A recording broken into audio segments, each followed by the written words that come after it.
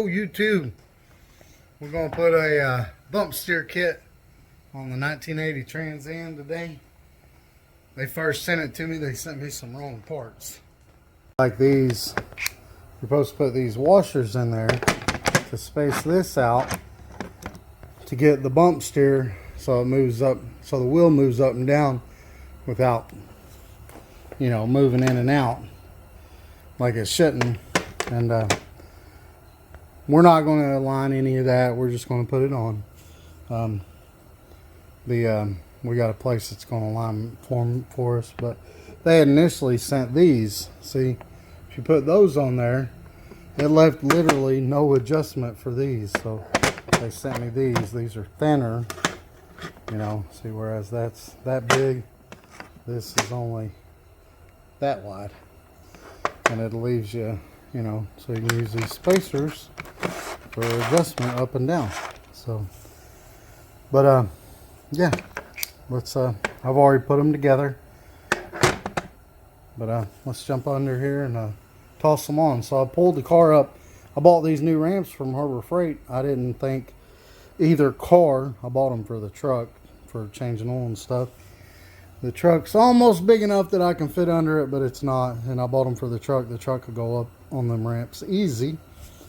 And I didn't think the cars would, but Christopher's car went right up on them like nothing. Didn't hit anything. I like the way they're made because they got these holes in them, and I put those screws in there because, you know, how these ramps do. You try to pull up on them and they just slide right out from under you. But yeah.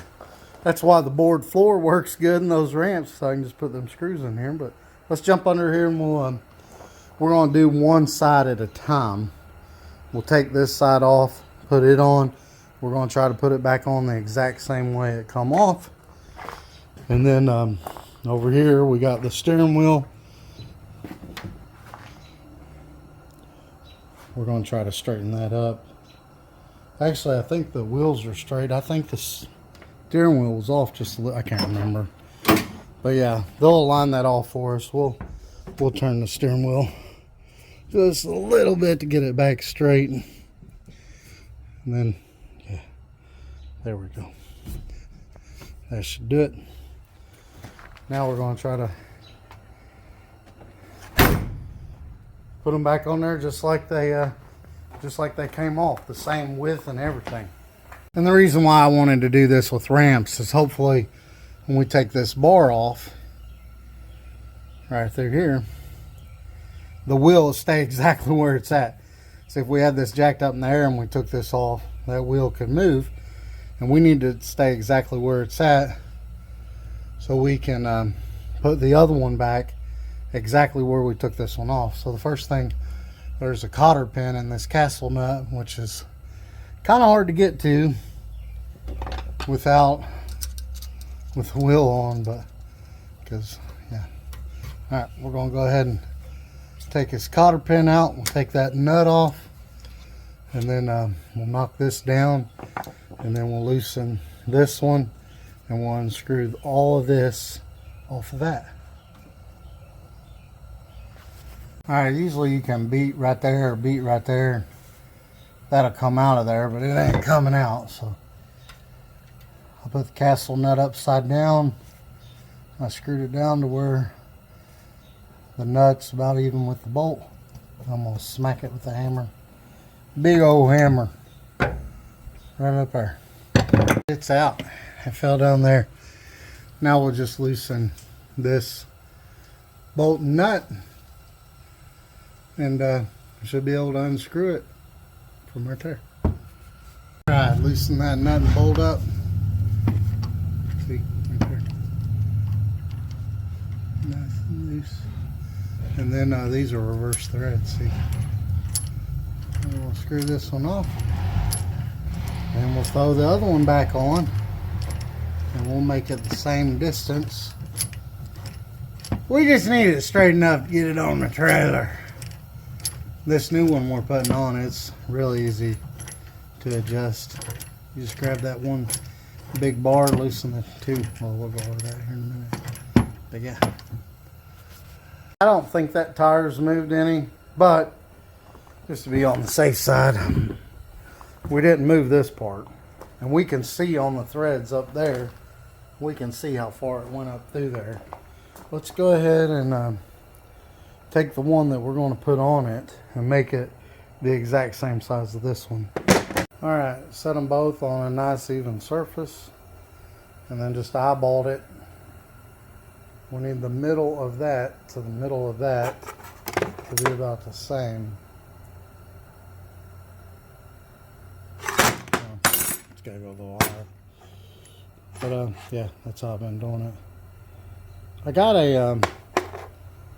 one of them straight edge thing. Oh, yeah, it's hard to guess where's the middle of this anyway, but just keep messing with it.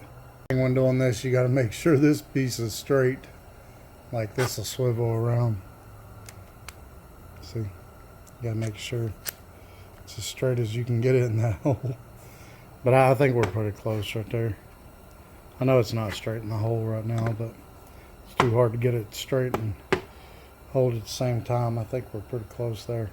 Then I tighten that nut down to this piece so none of this will move, and then we'll screw it on to the same place that one went up to. Alright, don't be like me and try to screw this on for almost a minute, and then remember it's reverse thread. So we're going to put this, see, we can see where the other one went to, so we'll put this nut just to the other side of that.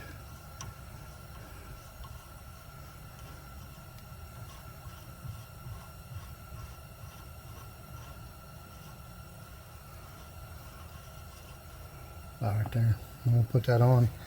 We'll line it up. Like I said, we only need to get it close enough to get it on the trailer. Again, don't forget, reverse threaded. Then we'll screw this one on. These are a lot easier to put in. This one's a lock nut. They use lock nuts on these, the top and the bottom. And then it's got a little piece right here you can hold to tighten. So we'll go ahead and tighten this up. But now, see, look, all the adjustment can be made right there, in or out, just like that. But let's go ahead and tighten this up. All right, tighten that up. I just put some random shims in there. I'm going to do the other side the same exact way. Tighten that nut up, and then I tighten this nut up. Tighten this nut up. All right, now we'll go to the other side, and we'll let them do the alignment on it and figure out. I'll take all these shims with me, but let them figure that out. We'll just put it there for now. I'll do the same exact thing to the other side. Go, all done. Now we're gonna load it up probably this weekend and take it over to it's Central Kentucky Collision and Automotive or something like that. I'll put it up on the screen right here, but there we go. It's CKY Performance, Central Kentucky Collision, Auto Care and Performance. They're going to do the alignment for us. And we'll probably have them scale the car out for no prep as well. See how much weight needs to be in the trunk to give us a good front to back weight ratio. Yeah, he's got a lot of race cars with bump steer kits and stuff like that, and he's got the equipment to align them and everything like that. But honestly, you know, backing out, the steering wheel is just as straight as it always was. The steering wheel's always been a little bit crooked, but we'll pull it in and I'll show you.